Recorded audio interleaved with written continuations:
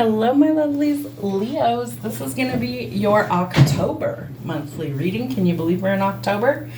Leo, Sun, Moon, Rising, and Venus. Let's see what we've got going on. We're going to pull some Oracle, some Love, some Tarot, and some Charms for your monthly. What do we have going on for Leo, Sun, Moon, Rising, and Venus?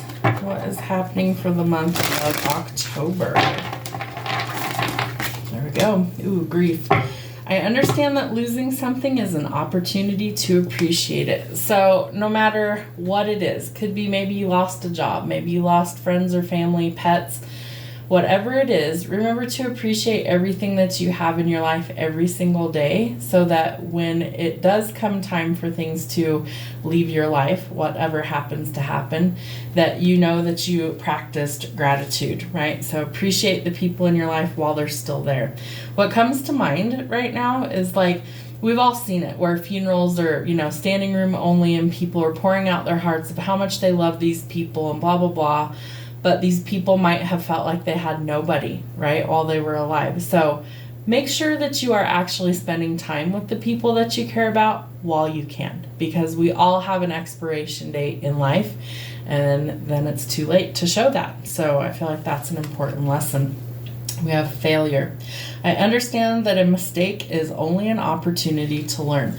So see your failures or perceived failures as an opportunity to learn and regret. We're dealing with some heavy emotions, Leo. I know that I cannot change the past, so we're not going to dwell on it. We're going to learn from any sort of perceived failure, and we're going to move forward. All right, what do we need to know for Leo for October from the Ascended Masters?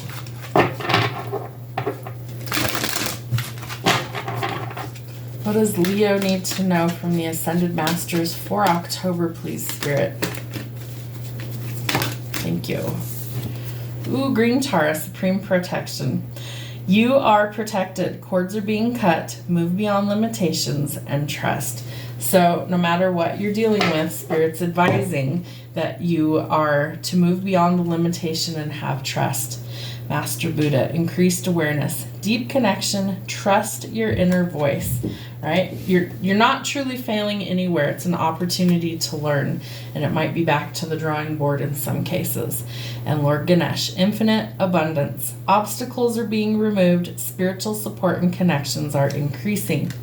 So I feel like by practicing gratitude, we're going to start to see things really shift and really change. So instead of focusing on the negative, we're going to focus on the positive.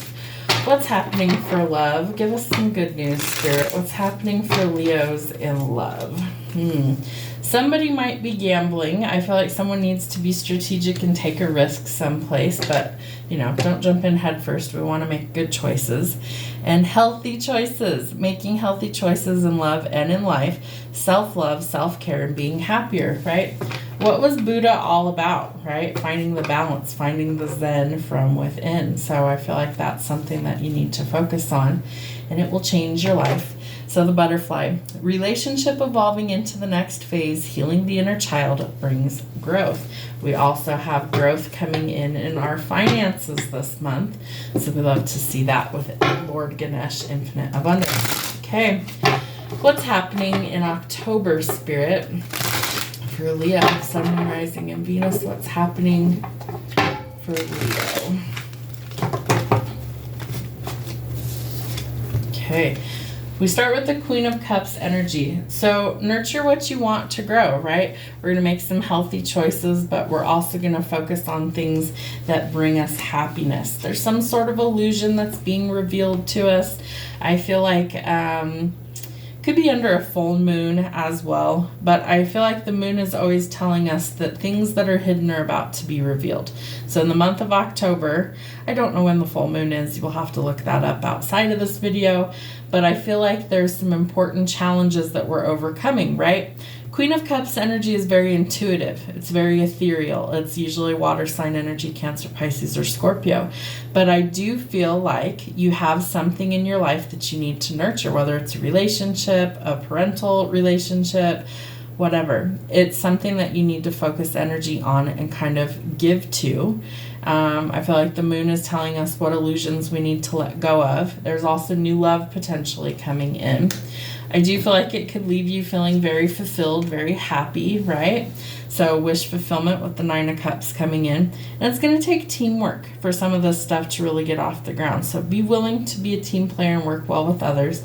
That restores some balance. There's also a chance for reconciliation. Wheel of Fortune, we love that. Strength and King of Cups. King of Coins. So I feel like some finances are changing for the better. It's destined or it's owed to you. So Wheel of Fortune is all about things coming to you that are karmically owed. You had to be strong for a long time. So facing your fears, things like that, to find your strength, see what you're made of. As well as the King of Coins would indicate that slow and steady wins the race, right? Especially if we're building an empire. All right, we're going to do some charms. So this charm casting mat is just general, so I read it from left to right across each row. Let's see what we've got for Leo.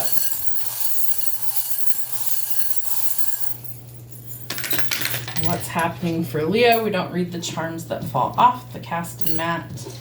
Okay, so we have nothing in your first 2 rows. That's pretty crazy. So in the middle of spiritual and ancestor, we do have the little flower in bloom. So I feel like Spirit's going to reward something. I feel like your ancestors are going to either show you some sort of sign, or that I have hiccups for confirmation, or they could be coming through communicating with some sort of flower that might be significant to you. Hiccups again for confirmation. So there's something to do with ancestors or spirit showing you a specific flower in bloom that I feel like is a significant sign for somebody. In between setbacks, spirit guides, body, and caution avoided, we have the moon. I feel like somebody's avoiding sleep. What's funny is we have the little baby in the moon.